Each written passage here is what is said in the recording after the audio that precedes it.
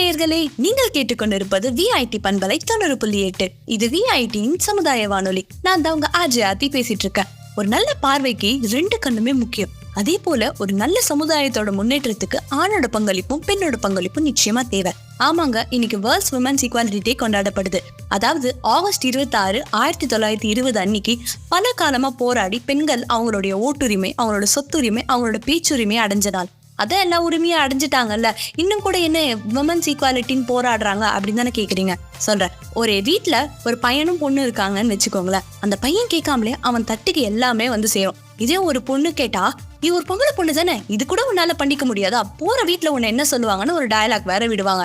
நாங்க என்ன கேட்கிறோம்னா, அவங்களோட வேலையை அவங்கள செய்ய விடுங்க, மென்ஸுக்கும் ஈக்வாலிட்டி கொடுங்கன்னு தான் நாங்க கேட்கிறோம். இந்த ஈக்வாலிட்டி எல்லாம் வீட்டுல இருந்தே ஆரம்பிக்கணும். அப்படி இருந்தாதான் அந்த பையன் வெளியே போய் ஒரு பெண்ணை மதிக்க கத்துப்பான்.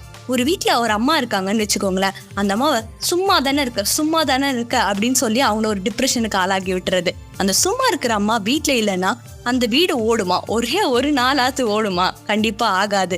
அந்த மரியாதையை தான் நாங்க கேட்கிறோம். ஒரு ரோட்ல ஒரு அம்மாவும் ஒரு அப்பாவும் சண்டை போட்டுக்கிறாங்கன்னு வச்சுக்கோங்களேன். அந்த அப்பா அந்த அம்மாவை கை நீட்டி அடிக்கிறாங்க. அங்க பாக்குற குழந்தைங்க என்ன நினைப்பாங்க? அந்த ஆண் குழந்தை என்ன நினைக்கும்? ஓ, பெண்ணை நம்ம எப்படி வேணாலும் அடிக்கலாம், அவன் நமக்கு கீழே, யாரும் அவளை தட்டி கேட்க மாட்டாங்க அப்படின்னு நினைப்பாங்க.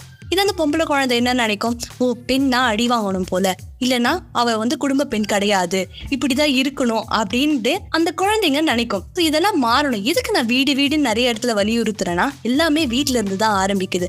ஒரு பெண்ணு கிட்ட தப்பா நடந்துக்கிறவங்க கிட்ட போய் சமீப காலத்துல கேட்டிருக்காங்க, ஏன் இந்த மாதிரி நீங்க பண்றீங்களா அப்படின்னு கேட்டதுக்கு அவன் சொல்லியிருக்கான், பெண்ணுன்றவன் எனக்கு கீழே தான், எப்பவுமே அவன் எனக்கு கீழே தான், நான் அவள் என்ன வேணா பண்ணலாம் அப்படின்ற அந்த மனநிலை அவங்கிட்ட இருந்திருக்கு. இதுக்கெல்லாம் என்ன காரணம்? வீட்டுல இருந்தே சமத்துவத்தை சொல்லி கொடுக்கணும். அப்படி சொல்லி கொடுக்காத காரணத்தினாலதான் அந்த மாதிரி அவன் வெளியே போய் ஒரு பெண் கிட்ட தப்பா நடந்துக்கிறான். இதெல்லாம் மாறணும். நான் வீட்டுல இருந்தே சமத்துவத்தை சொல்லி கொடுத்த வளங்க, ஆணும் பெண்ணும் சமம் அப்படின்னு சொல்லி கொடுத்த வளங்க.